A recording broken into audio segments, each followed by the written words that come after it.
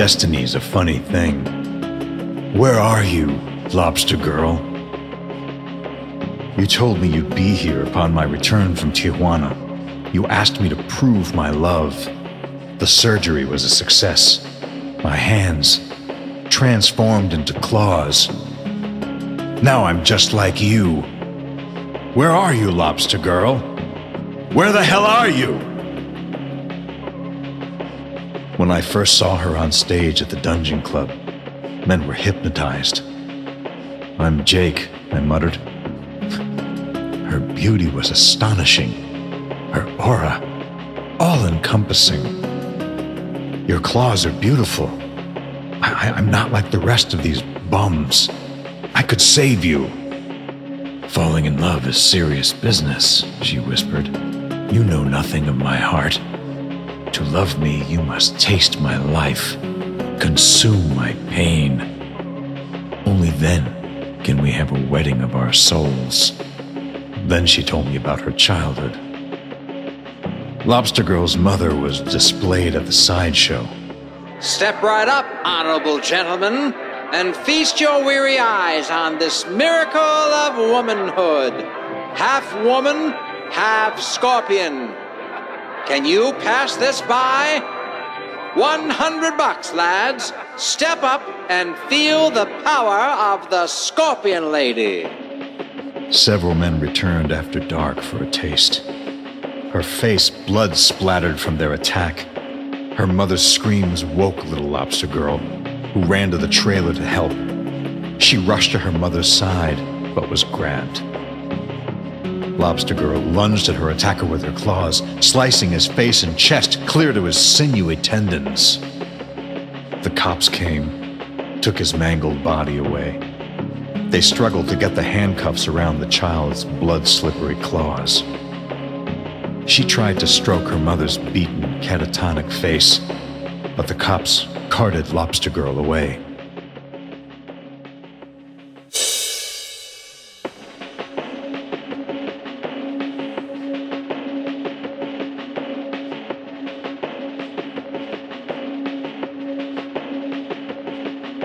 For killing the man, the judge sentenced her to 10 years in a juvenile facility. The prison guards boasted about their two famous inmates, a 12-year-old murderer with hands like claws, and a 15-year-old killer named Snow the Albino. The albino had been abandoned at birth, his pink eyes and white skin considered a curse even in this day and age.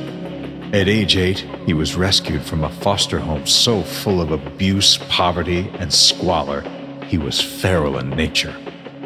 It didn't seem to shock the social workers when he was found in an animal-like state, tearing at his mangled foster parents' innards.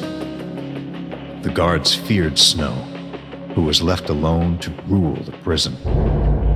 Lobster Girl told me, one night I heard my cell door open. It was Snow, his pink eyes glowing. Don't scream or I'll cut your throat with your own claws. She screamed, but no one came to help. He thrust into her, tearing into her virgin flesh, collapsing in a violent climax. Lobster Girl raised her claws, and during Snow's moment of ecstasy, her pincers popped his pink eyes clear out of their sockets. He collapsed, thrashing at his face in a thick red pool of blood. For blinding Snow, she received 12 months in solitary confinement. For rape, Snow received 3 years in solitary. His hatred for her festered. Snow's baby grew inside her. She screamed for the doctor as she went into labor, but he had gone home. A putrid, metallic-smelling liquid dripped down her legs onto the filthy, moldy concrete. She pushed and strained, screaming from the pain. In the darkness of her cell, she saw her baby's pink eyes. His tiny claws reached for her, and she felt a love she had never felt before. The nurse came the following morning and said, "Don't we all belong to God? We will see he gets a Christian home." She removed the suckling child, his cries echoing through the shadowy stones. Lobster Girl screamed, "Give me back my baby!" I swear, my light, I will find you when I get out of here. An eternity passed, and Lobster Girl and Snow were released. Broken and battered, they began their quests. Lobster Girl intent on finding her son, Snow intent on killing them both. Lobster Girl's son was raised by monks. He healed wounded birds and animals, and he was sought by believers everywhere for his gift.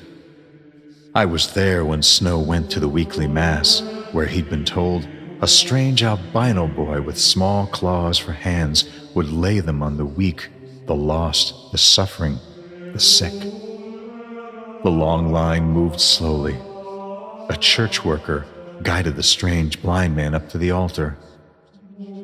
Snow looked giddy as he clearly intended to murder the boy.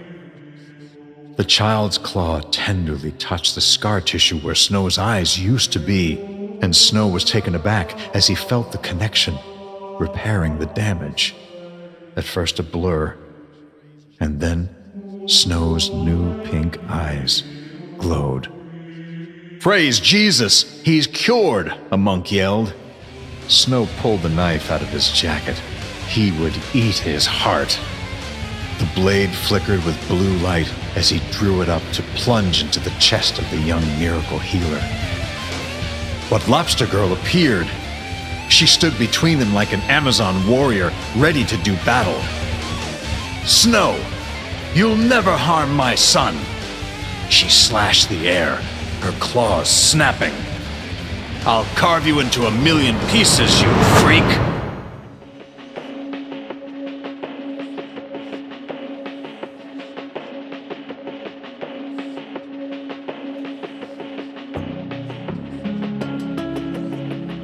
The carnage began. Slicing, ripping, tearing. A whirlwind of gore, a mass of bloody flesh. Lobster Girl and Snow tangled, a fight to the death, their spilled blood soaking the holy statues. She slammed her claws into Snow's chest. She tore out his heart and held the beating, pulsing mess up to his face. Snow's pink eyes flickered. He fell to his knees, all the while stabbing Lobster Girl. Lobster Girl was barely alive when she whispered, "Run! My son! My light!" Light screamed at the sight of his mother's butchered body. He couldn't untangle them, so he cradled them both, his touch healing. Snow's heart beat again, outside his body, and Lobster Girl's gaping wounds closed up. They were both alive, Snow only for a moment. Light dragged his mother out of the church. Her eyes opened. She was with her young Light, cradled in his arms. She smiled. They held claws. "Everything is going to be okay." I was on the next flight to Tijuana to have the surgery. I would be her savior. Oh God, my claws itched, throbbed with pain. The oxy, the Percocet, nothing masked the agony. I waited at the airport for hours. She never showed. I know she's probably with the kid, but she promised me a wedding of our souls. I went to the dungeon. The manager said, She quit dancing. She's got a special needs kid now. $100 bought me the name of her motel. Half a dozen guys milled around that hotel, their hands covered with bandages. There she was, breathtaking. I backed into a doorway and heard another guy say, "Okay, baby, I'll go to Mexico, have the operation. Our claws will make us one." She walked down the street with this bum, hand and claw. I ripped the dirty bandages off, felt the smooth, knife-like edges of my new claws. How could she? I licked the scabs off my new claws and follow the happy couple. Oh, the things I'll do for love. Destiny's a funny thing.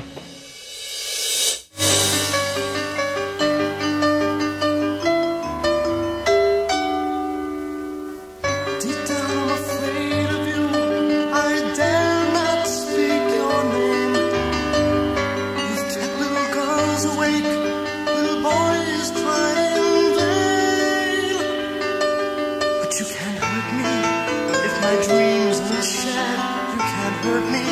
When shadows are there, you can't hurt me. All the notes in my hand, please let me sleep. Go away.